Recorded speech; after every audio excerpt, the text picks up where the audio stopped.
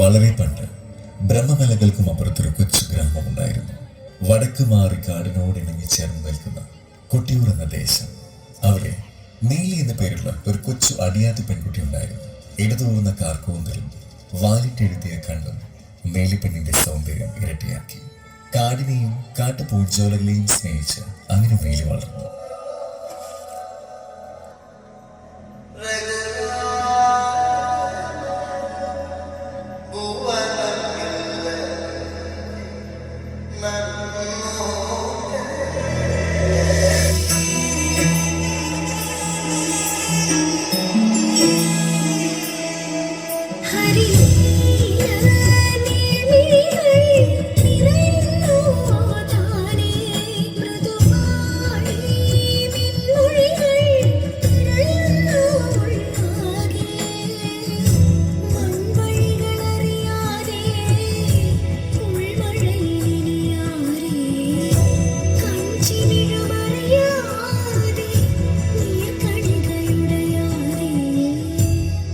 അങ്ങനെ ഇരിക്കുമ്പോഴാണ് നമ്മുടെ സുന്ദരിയായ നീലയ്ക്ക് ഒരാഗ്രഹം.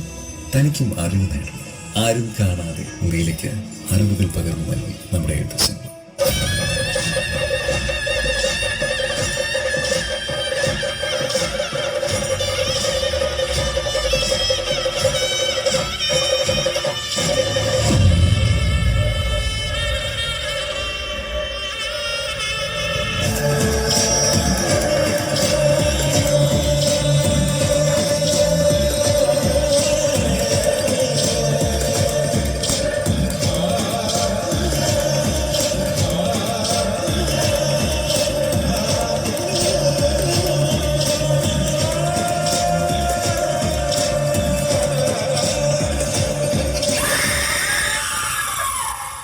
പിറ്റേന്ന് ആ നാടുണർന്നത് നീലിയുടെ മരണവാർത്ത അറിഞ്ഞാണ്.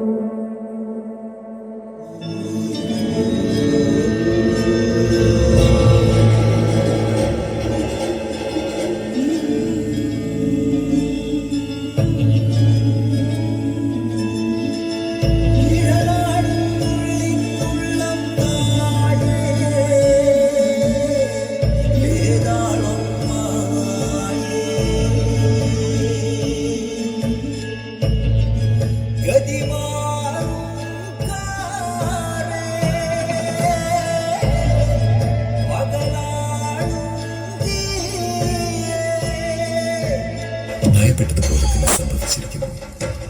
നീലി പുനർജനിച്ചിരിക്കുന്നു.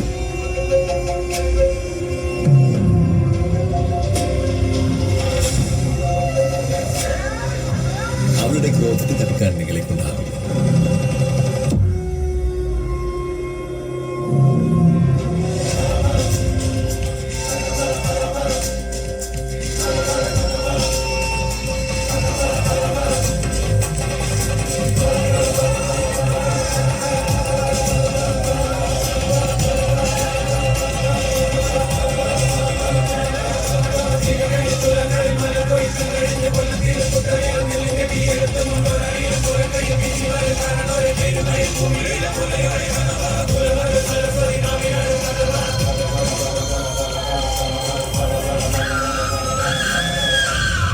തന്നെ സ്നേഹിച്ച ജനങ്ങളോട് താൻ വലിയ തെറ്റ് ചെയ്തു എന്ന ബോധം നീലിയിലുണ്ട്. കാലക്കാട്ട് നമ്പൂതിരി തന്റെ കൂടെ വരാൻ നീലിയോട് ആവശ്യപ്പെട്ടു. ആ ഘോരവനത്തിനുള്ളിൽ നമ്പൂതിരി നീലിയെ തളച്ചു.